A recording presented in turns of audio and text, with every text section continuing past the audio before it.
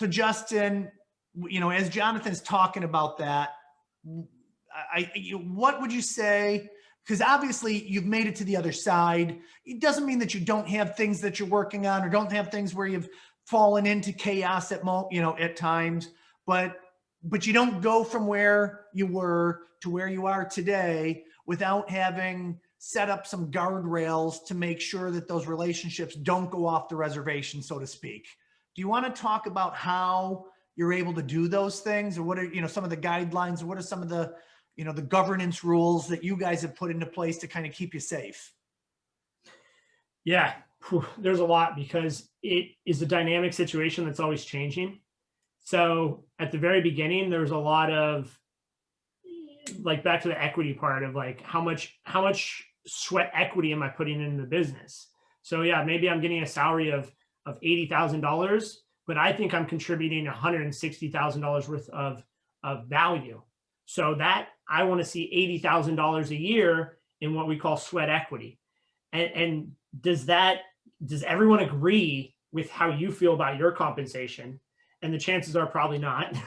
So then you got to figure out like how this works, and then how does the sweat equity work? Does my father, who, let's say he owns 60%, is he like a hard stop at 51% and he's never going to go below that? Or is he willing to come down to like a three-way partnership and maybe one day be more of like a 5 or 10% partner, given the business scales to where we want it to scale? So I think it's a lot of discussion, open communication, which comes down to having to be extremely candid, having to be extremely open and honest with your feelings, because, agreements aren't worth anything if, like, inside you really don't agree. You're just agreeing to agree to end the conversation or in the meeting, but deep down you're like, this is BS. I'm getting totally screwed here. Then you're going to have issues down the road. And it's so important that you're completely open. And sometimes you may hurt the feelings of others. You may frustrate and create anger from others. But if you don't share your true feeling, then it's always going to have that little bit of resentment. And you're always going to have this little, chippy conversations. And people are going to wonder where it's coming from, because you agreed to this in the meeting, but then you're showing frustration around this agreement. So extreme candor is important. I think the other part is expectation of family owners and family employees who are owners. So for my sister, she's moved to Hawaii and she's transitioned out of the business as an employee, but remains as an owner and a small minority partner.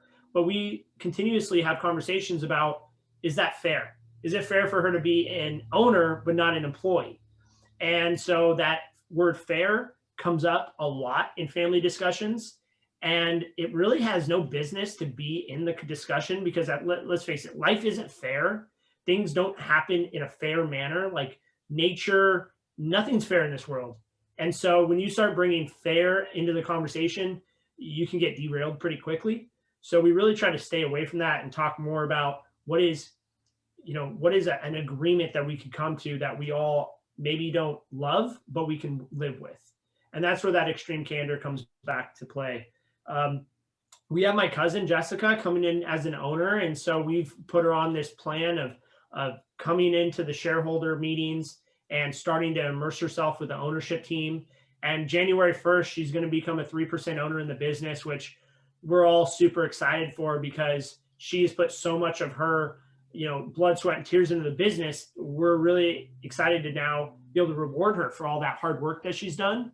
But it also adds a level of complexity that I'm not sure we fully flushed out. So yeah, we may be on the other side of the initial, process, but we're still in the middle of the discovery process of growing the business and bringing in more family owners. This will make a 5-person ownership team as of January 1st, which, whenever you get over 3 people, it's tough. Sure. Agreed. A lot of different dynamics, but those are just some that we've come up with and run into. And Jonathan hit on the compensation one, which is always a hot topic. And we've got a lot of good tactics on dealing with those. I don't want to get too much into the weeds, but I would just say for the listeners out there, just be open, be candid, and have another, non-biased third-party person in the meeting as much as possible, because otherwise you can go quickly from a discussion to an attack. Yeah. And, you know, as family members, like me and my brother, we grew up, you know, fighting, and we've been best friends. We've been mortal enemies over the course of our, you know, 30 years. But today we're like best friends, you know, and I think that has a lot to do with Jonathan's help. I think with us just fighting it out, like it's like almost like a fight to the death. And one of us is going to remain in the business and the other one may not be in the business anymore. But having that mediator, having that third party in the meeting helps to kind of calm the conversation down and accomplish a lot more.